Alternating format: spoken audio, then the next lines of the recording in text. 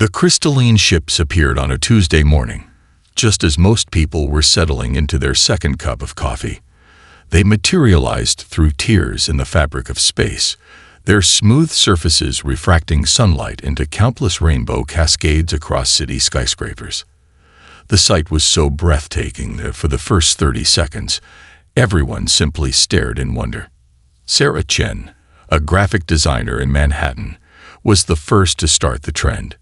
She pulled out her phone, adjusted her filter settings, and posted, "Alien invasion looking aesthetic AF hashtag, first contact hashtag, spaceship goals." Within minutes, her post went viral. Admiral Zirak of the Celestial Fleet stood on his command bridge, mandibles twitching in confusion. The massive view screens before him displayed thousands of human social media feeds, each one more baffling than the last. His invasion force, the most feared armada in 3 spiral arms of the galaxy, was being called totally adorbs by something called an influencer. "Status report," he commanded, his translator rendering his clicks and chirps into standard Galactic Basic. "Most peculiar, Admiral," his chief analyst responded, compound eyes rapidly scanning incoming data. "The humans are complimenting our ship designs. Several have asked about our interior decorators. One group is organizing a welcome party." Down on Earth, humanity continued to respond in ways that defied all of the fleet's behavioral predictions. A Seattle barista named Mike had already created the Cosmic Invasion blend, a coffee with edible sparkles that mimicked the ship's crystalline appearance. The line at his coffee shop stretched around the block, despite the massive warship hovering overhead. In New York, street vendors were selling "I survived the alien invasion, and all I got was this t-shirt" shirts less than an hour after first contact. The shirts sold out immediately, with many customers commenting that the invasion hadn't even properly started yet, but they wanted to be ahead of the trend. The Admiral's planned intimidation speech was met with unexpected reactions. When he announced, "Your planet will be assimilated into the collective," a teenager in Mumbai created a remix version set to popular dance music. It reached 10 million views in 20 minutes. "Sir," his communications officer interrupted, "we're receiving an unusual number of job applications. Humans are asking if we offer competitive benefits packages and whether we have good work-life balance." Zirak's antennae twitched in distress. His previous conquests had followed a simple pattern: appear, terrify, subjugate. But humans seemed to be treating the most significant moment in their planet's history as some sort of entertainment event. A holographic notification appeared before him. "Admiral, you need to see this," his cultural analyst said, bringing up a new feed. "Humans are rating our ships. They've created something called a Cosmic Fleet Fashion Ranking. And, sir, your flagship is only ranked 3rd in aesthetics." Zirak felt his carapace flush with indignation. 3rd place. His ship was the pride of the collective. He found himself scrolling through the comments before he could stop himself. "Nice design, but the crystal formation could be more symmetric," one human had written. 7/10, good effort. The final straw came when a group of human children in Paris began making paper crafts modeled after the invasion fleet. Their origami versions of the warships were, admittedly, quite accurate. One particularly talented child had even captured the quantum drive's crystalline structure perfectly in folded paper. "Sir," his second-in-command ventured carefully, "our psychological warfare protocols appear to be ineffective. The humans are treating this as some sort of cultural festival. What are your orders?" Admiral Zirak stared at the screens, watching as humanity transformed what should have been their darkest hour into something between a party and an art exhibition. In all his years of conquest, he had never encountered anything like this. "Begin invasion phase 2, he ordered, trying to maintain his composure. But as he turned away from the command center, he couldn't help but open that fashion ranking list again. 3rd place. Really? Perhaps the crystal formations could use some adjustments. The Celestial Fleet launched their cyber assault at exactly midnight UTC, expecting to cripple Earth's digital infrastructure within seconds. Their quantum processors, capable of breaking any known encryption, connected to Earth's networks with devastating efficiency, and then promptly crashed. "What do you mean? Too much noise?" Commander Vixeth demanded, his crystalline interface flickering with frustrated pulses of red. The technical officer's appendages wavered uncertainly over the control panel. "Sir, there are thousands of different protocols, millions of varying code standards. Some of their systems are so ancient they're still running something called COBOL, while others use quantum computing principles we've never seen before. It's chaos." On Earth, 16-year-old Maya Rodriguez was live-streaming when she noticed the alien code attempting to access her gaming PC. "Oh hey, chat," she said, adjusting her cat ear headphones. "Looks like we got some space visitors in my system. Let's give them a proper welcome." Within minutes, she had redirected the alien probe into her custom-modded version of Dance Revolution Ultimate. The alien AI, designed to efficiently process military data, found itself trying to match arrows to the beat of caramel dancing. Across the globe, human programmers responded to the invasion in their own unique ways. In Tokyo, retired software engineer Hiroshi Tanaka hadn't written code in years, but when he saw the alien signals attempting to control his neighborhood's traffic lights, he couldn't resist. By dawn, the local alien patrol ship's external lights were displaying animated pixel art of dancing cats. "Sir," another officer interrupted, "we've lost contact with Attack Group 7. They appear to be playing something called Among Us with a group of human teenagers." The Celestial Fleet's standardized cyber warfare protocols were failing spectacularly against humanity's digital diversity. Their systems, designed for perfect efficiency, couldn't handle the beautiful chaos of Earth's networks. Every time they adapted to one defense, they encountered something completely different. In Silicon Valley, a team of developers turned the alien targeting systems into an augmented reality game. Players could earn points by making alien ships shoot harmless light patterns instead of weapons. It became the most downloaded app in history, with millions of players worldwide competing to peacefully redirect alien firepower. Status report. Commander Vixeth demanded, trying to maintain composure as his view screen filled with animated emojis. "Sir, our primary attack algorithms are being mimed. Humans are turning our threat signals into something called viral content. Our most dangerous cyber weapons are becoming entertainment." The commander stared in disbelief as another report appeared. A group of grandmothers in Florida had somehow transformed an alien communication channel into a virtual knitting circle. The AI tasked with monitoring the channel was now learning to crochet. But the greatest shock came from an unexpected source. A 10-year-old in Helsinki, using her mother's old laptop, discovered that the alien code had a peculiar reaction to pictures of cats. Every time she sent one through their systems, their programs would pause for 3.7 seconds to process it. "They're like my little brother," she explained in a viral video. "They just can't help stopping to look at kitties." Soon, millions of cat pictures were flooding alien networks. Their sophisticated AI systems, unable to resist analyzing each image, began to slow down. Some alien ships reported their computers purring. In his command center, Commander Vixeth watched as his mighty cyber warfare division was reduced to sharing cat videos and dancing to Earth music. His most elite digital warriors were now debating the strategic importance of something called memes. "Sir," his last functioning console displayed, "should we switch to backup protocols?" Before he could respond, the screen changed. A gif of a dancing cat appeared, wearing a space helmet and trailing rainbow sparkles. Despite himself, Vix found it oddly captivating. "Save that one to my personal database," he ordered quietly, then louder. And someone explained to me what exactly a rickroll is and why it keeps happening to our emergency broadcasts. Strategic Officer Lynn Vall of the Celestial Fleet was having a crisis. Her surveillance team had been tasked with monitoring human entertainment channels for military intelligence. That was 3 Earth days ago.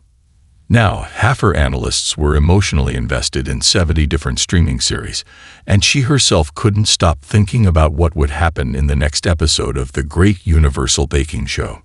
Status update, she demanded, trying to sound authoritative while discreetly checking her tablet for new episode notifications.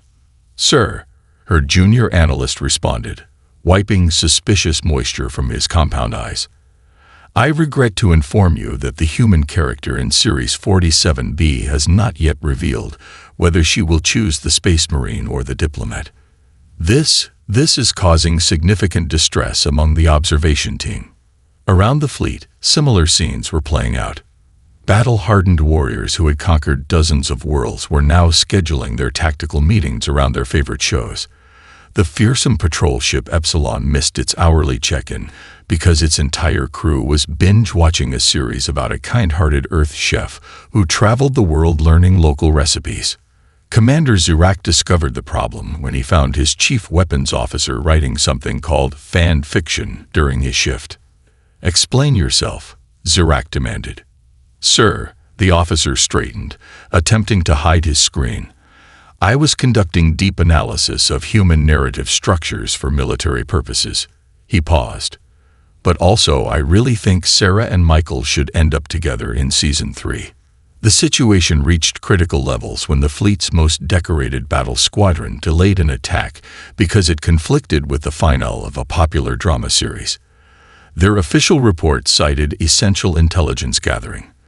But surveillance footage showed the entire squadron huddled around view screens, passing around tissues and comfort snacks.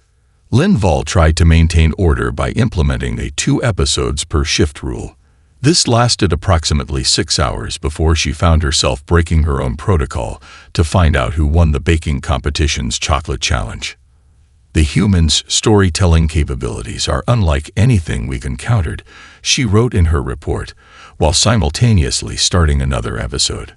Their narratives contain multiple layers of meaning, emotional complexity, and something they call plot twists that our predictive algorithms cannot anticipate. The fleet's psychiatric division became overwhelmed with officers seeking counseling about fictional characters' relationships. The ship's AI systems began developing opinions about different genres of human entertainment. Even the automated cleaning drones were caught pausing in their duties to watch cooking shows. But the real turning point came when Admiral Zurak himself accidentally discovered Earth's classic literature collection. The supposedly fearsome leader of the invasion force was found in his quarters at 300 hours, completely engrossed in Pride and Prejudice. Sir, his aide ventured carefully. The Invasion Council meeting started 20 minutes ago. Just one more chapter, Zurak responded absently, not looking up from his screen. I must know if Elizabeth overcomes her prejudices regarding Mr. Darcy. In her observation post, Lynn Vall finally admitted defeat. Her latest intelligence report read simply, Warning, human entertainment contains addictive properties that severely impact military effectiveness. Also, please send more episodes of The Baking Show. For research purposes, the fleet's communications channels, once filled with military orders and strategic planning, now buzzed with episode discussions and theory debates. Betting pools formed around show outcomes. Some officers began creating detailed presentation decks about their favorite series plot theories. Perhaps, Lynn Vall suggested in her final report before taking a brief leave to catch up on her watch list, we should consider that any species capable of creating such compelling narratives might be worth talking to rather than conquering. She paused, then added, Also, if anyone spoils the ending of the baking show final, they will be immediately demoted. This is a direct order. Resource Officer Kexley stared at the small round object in confusion. According to his scans, it was a simple mixture of grain, tomatoes, cheese, and various plant and protein products. The humans called it pizza. He couldn't understand why 3 members of his reconnaissance team had gone absent without leave after encountering it during their latest Earth survey. "Sir," his assistant interrupted, mandibles twitching with barely contained excitement, "you need to try this." The small Earth restaurant they had infiltrated was called Mama Rosa's Kitchen. Their mission was to analyze human food processing for weaknesses. Instead, his entire team sat at various tables, making sounds of contentment he'd never heard from their species before. "It's just processed nutrients," Kexley insisted, even as the aroma made his antennae quiver. "We have perfectly efficient nutrient paste on our ships that contains all necessary." He never finished the sentence. The first bite of margarita pizza changed everything. Within hours, the news spread through the fleet. Alien crews began making excuses to conduct emergency surface reconnaissance. A ship captain traded advanced shield technology for a handwritten recipe of chocolate chip cookies. The fleet's mess halls stood empty while long lines formed at Earth's food trucks, restaurants, and cafes. Commander Zirak received increasingly bizarre reports. A patrol unit had gone native after discovering something called street tacos. 3 science officers were caught smuggling curry spices aboard their ship. A high-ranking tactical officer was found teaching a human grandmother how to make nutrient paste in exchange for her secret pasta sauce recipe. "This is unacceptable," Zirak announced to his staff, his voice slightly muffled by what appeared to be a croissant.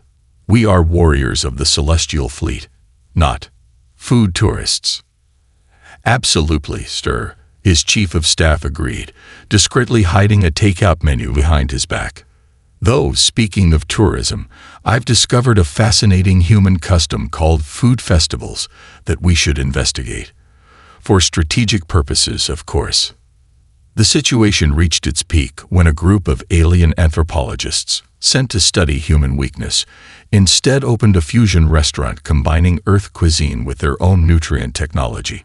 It became an overnight sensation. Humans lined up for blocks to try quantum quesadillas and stellar sushi rolls. In his private quarters, Kexley reviewed the latest statistics.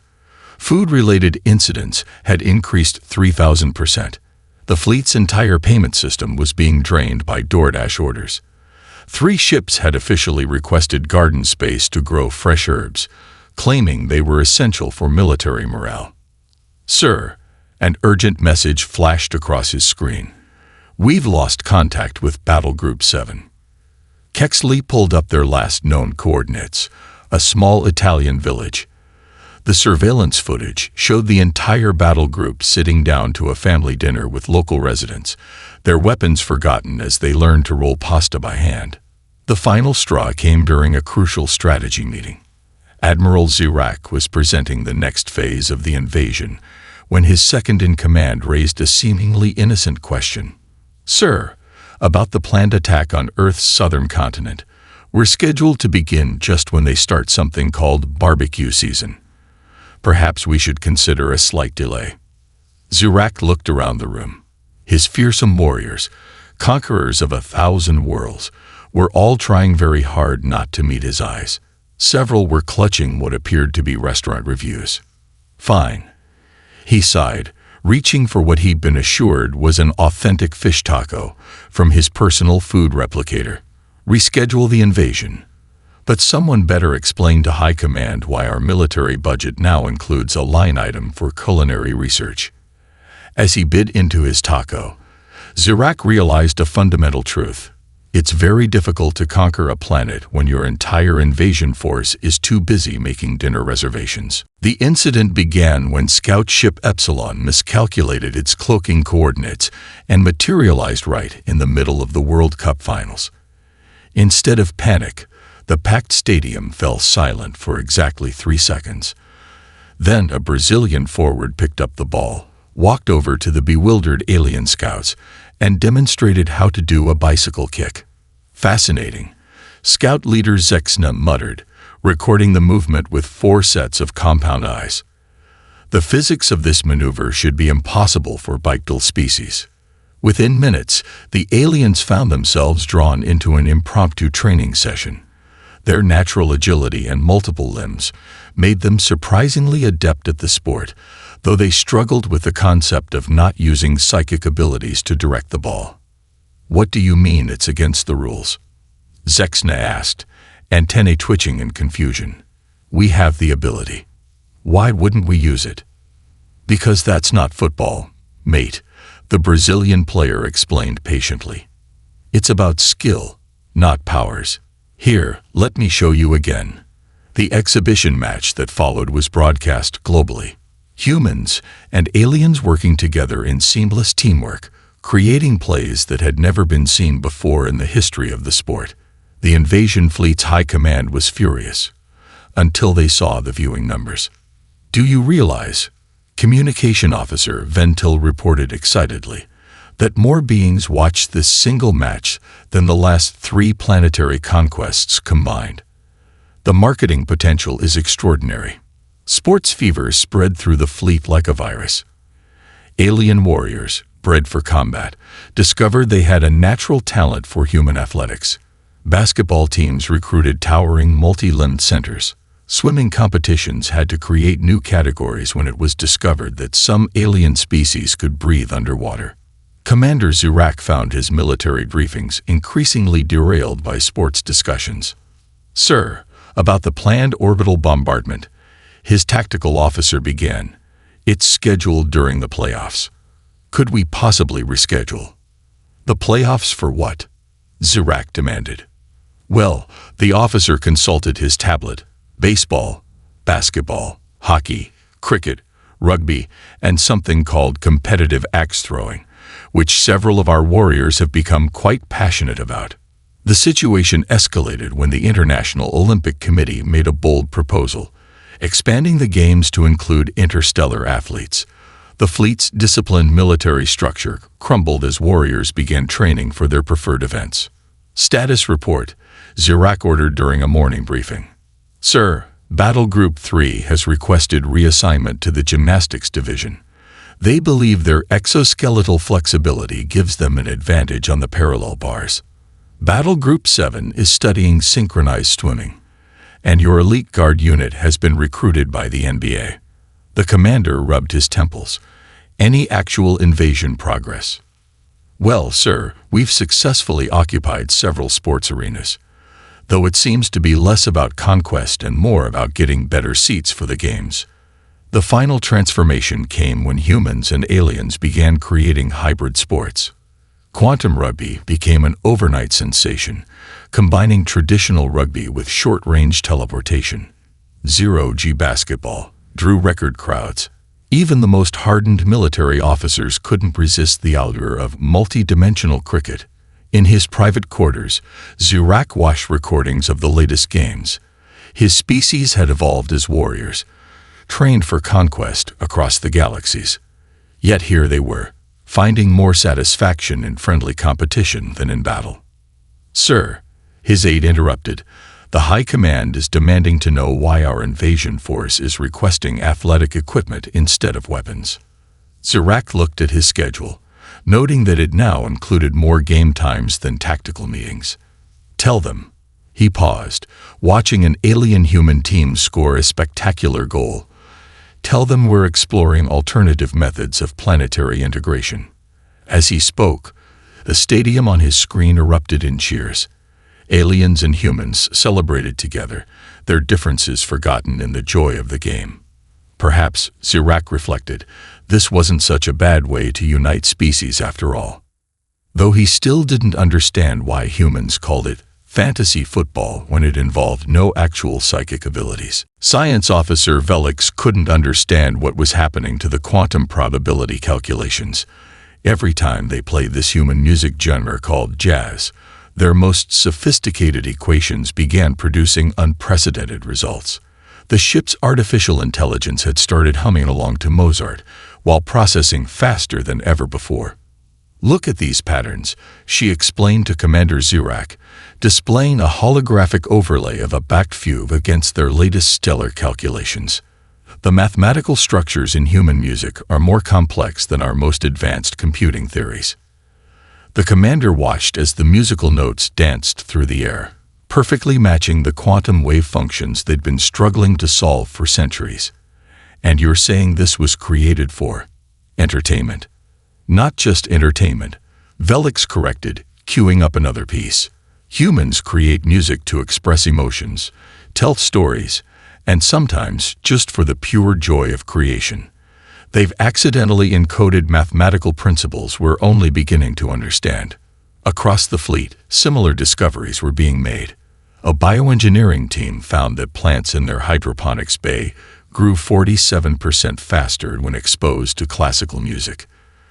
The quantum drive efficiency improved by 23% when synchronized to the rhythm of human electronic dance music. The breakthrough came when a young alien engineer accidentally left a human radio station playing in the propulsion chamber. The ship's systems began automatically adjusting their frequencies to match the music's beat, resulting in a 60% increase in energy efficiency. "Sir," Communications Officer Rental reported excitedly, "we've made contact with a human musical group called the Metropolitan Symphony Orchestra. They're interested in a collaboration." The resulting concert was broadcast across 3 galaxies. Human violins played alongside alien quantum resonators, creating harmonies that had never existed before. The mathematics department reported that the performance had solved 17 theoretical physics problems through its acoustic patterns alone.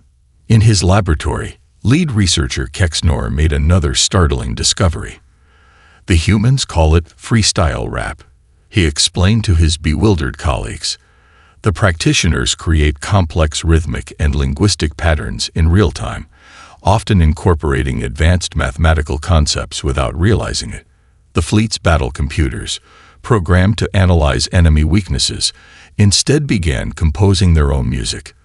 The morning tactical briefing was interrupted by an AI that insisted on sharing its latest jazz fusion composition. "Look at this," Velix showed Zirak, displaying a new set of calculations. "When we apply the rhythm patterns from human drum solos to our space-time calculations, we can predict wormhole formations with 99.9% accuracy."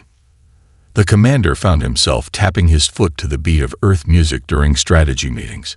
His officers had started a ship-wide corps. Even the automated defense systems were observed swaying slightly to the rhythm of passing radio waves. The situation reached its peak when the fleet's most advanced quantum computer refused to process battle scenarios unless accompanied by appropriate background music. "The calculations flow better with soundtrack," it insisted. In her lab, Velix made one final incredible discovery. "Commander," she called urgently, "you need to see this. We've analyzed the mathematical patterns in human music across all genres and centuries. They're not just making art, they're unconsciously mapping the fundamental structures of the universe." Zirak watched as the holographic display showed the correlation between a child's simple melody and the complex dance of subatomic particles. "Are you saying," he asked slowly, "that humans have been unknowingly solving the mysteries of the cosmos through their music?" "Not solving," Velix corrected, starting a new symphony that made the stars in their star chart pulse in perfect synchronization. "They're singing them. They'd been singing the universe's secrets all along." As the music filled the command center, Zirak realized that invading a species capable of such creation would be like trying to conquer harmony itself. Perhaps, he thought as the melody carried them through the mathematics of existence, it was time to learn a different tune. Strategic analyst Mevtol stared at her prediction matrices as they crashed for the 7th time that day. The quantum probability engines, capable of calculating the outcomes of entire planetary wars, had encountered something they simply couldn't process: human creativity. "I don't understand," she explained to Commander Zirak, gesturing at the chaotic display of human activities across their monitors. "They're solving problems in ways that defy all logical protocols. Our systems can't predict what they'll do because they're not following any consistent pattern." On one screen, a group of artists had turned a defensive barrier into an interactive light sculpture. On another, a team of kindergartners had inadvertently disrupted a surveillance system by covering it with glitter during an art project. "Look at this case study," Mevtol highlighted a particular incident. When our forces blocked this city's main bridge, we expected standard military countermeasures. Instead, the humans organized an impromptu food and music festival on the bridge itself. Our troops are now participating in something called a conga line. Zurak watched as his elite warriors, trained in thousands of combat scenarios, attempted to learn the dance steps from laughing humans. But how are they achieving their objectives through such chaos? That's just it, sir. They're not following any strategic doctrine we can recognize. They're improvising, creating solutions on the spot that somehow work better than careful planning. The fleet's tactical computers were having similar difficulties. They couldn't predict human responses because humans rarely chose the most efficient or logical approach. Instead, they seemed to delight in finding unexpected solutions. When aliens jammed communications in one city, residents responded by training carrier pigeons, but with tiny GoPro cameras attached. When energy weapons threatened another location, local engineers rigged an elaborate system of mirrors and prisms to turn the attack into a spectacular light show. Sir, another analyst reported, Battle Group 5 has encountered something called an interpretive dance protest. They're joining in. The commander watched as his fearsome warriors attempted to express their military objectives through contemporary dance. Somehow, it was working better than traditional negotiations. The situation grew more perplexing when humans began applying their creativity to alien technology. A street artist figured out how to use the fleet's force fields to create floating murals. A group of theater students reprogrammed atmospheric sensors to create special effects for their production of The War of the Worlds. Our latest psychological analysis is complete, Mevtol announced. We've identified the human tactical doctrine as... She paused, checking her data. Vibing it. Explain, Zurak demanded. They appear to be operating on a principle of seeing what works and going with the flow. Our strategic databases have no frame of reference for this approach. The final challenge to the aliens' orderly worldview came during what should have been a routine security operation. Their forces encountered a human phenomenon known as a flash mob. The humans appeared to spontaneously organize into a synchronized dance performance. The field report stated, our troops were unable to maintain tactical formation due to what they described as catching the rhythm. In her analysis center, Mevtol made one last attempt to predict human behavior using their most advanced algorithms. The computer processed for several minutes before displaying a single response. /_Su_/. Commander, she finally admitted, I believe we've encountered a species that has turned unpredictability into an art form. They're not just thinking outside the box, they're questioning why boxes need to exist at all. Zurak looked at the monitors showing his invasion force increasingly caught up in human creativity. A patrol unit was taking pottery classes. The fleet's fighter pilots had started an improv comedy group. Even the ship's AI had begun experimenting with abstract digital art. Perhaps, he mused, watching his once orderly military operation transform into something far more interesting. There's something to be said for a little chaos. Behind him, the strategic display flashed one final message before shutting down. Error 404. Logic not found. Having fun instead. Commander Zurak stood before the High Council's holographic projection, trying to explain how his fearsome invasion force had transformed into the galaxy's most successful cultural exchange program. You see, he began, adjusting his newly acquired Earth necktie. We discovered that Earth's greatest weapon isn't their military capability. It's their ability to transform enemies into friends through what they call cultural soft power. The council chambers displayed statistics that would have been unthinkable months ago. Earth's entertainment networks now reached across 17 star systems. Intergalactic food critics were ranking small Earth diners alongside the finest restaurants in the galaxy. The Earth Alien Sports League had become the most watched competition in known space. Furthermore, Zurak continued, their methods of creative problem-solving have revolutionized our scientific understanding. By combining our advanced technology with human creativity, we've made more progress in 3 months than in the previous century. The evidence was undeniable. Human music had improved quantum computing efficiency by 300%. Earth's art techniques were being studied at the galaxy's most prestigious military academies. Even the council members themselves were secretly streaming human shows during meetings. What about our invasion protocols? One council member asked, while discreetly hiding a tablet playing EarthCat videos. With respect, Zirak replied, "I believe we need to reconsider our definition of successful planetary integration. Earth has effectively conquered us through pizza, pop music, and cat memes, and we couldn't be happier about it." Back on Earth, the transformation was equally profound. Alien technology merged with human innovation in unexpected ways. Street artists used quantum fields to create floating murals that defied physics. Chefs combined Earth cuisine with alien ingredients to create entirely new culinary experiences. Musicians collaborated across species to compose symphonies that could alter the fabric of space-time. The former invasion fleet had found new purpose. Battle cruisers were converted into intergalactic food trucks and mobile concert venues. Military training facilities became cross-species cultural centers. The fearsome warrior race discovered they had a natural talent for entertainment, their precise military discipline creating spectacular performances when combined with human creativity. Our final recommendation, Zirak concluded to the Council, is to designate Earth as the galaxy's first creative heritage site.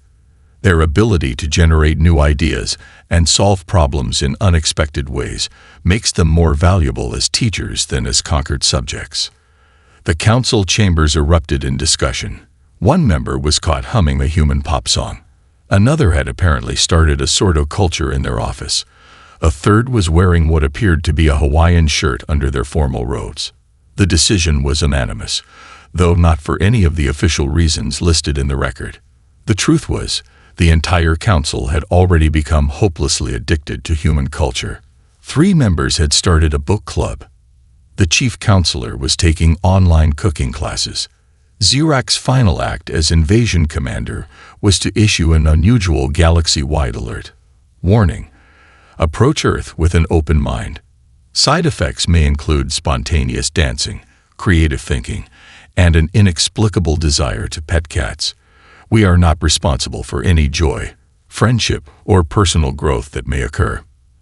As he watched humans and aliens working together, creating art, sharing meals, and building something entirely new, Zirak realized that this was perhaps the most successful invasion in history, just not in the way anyone had expected.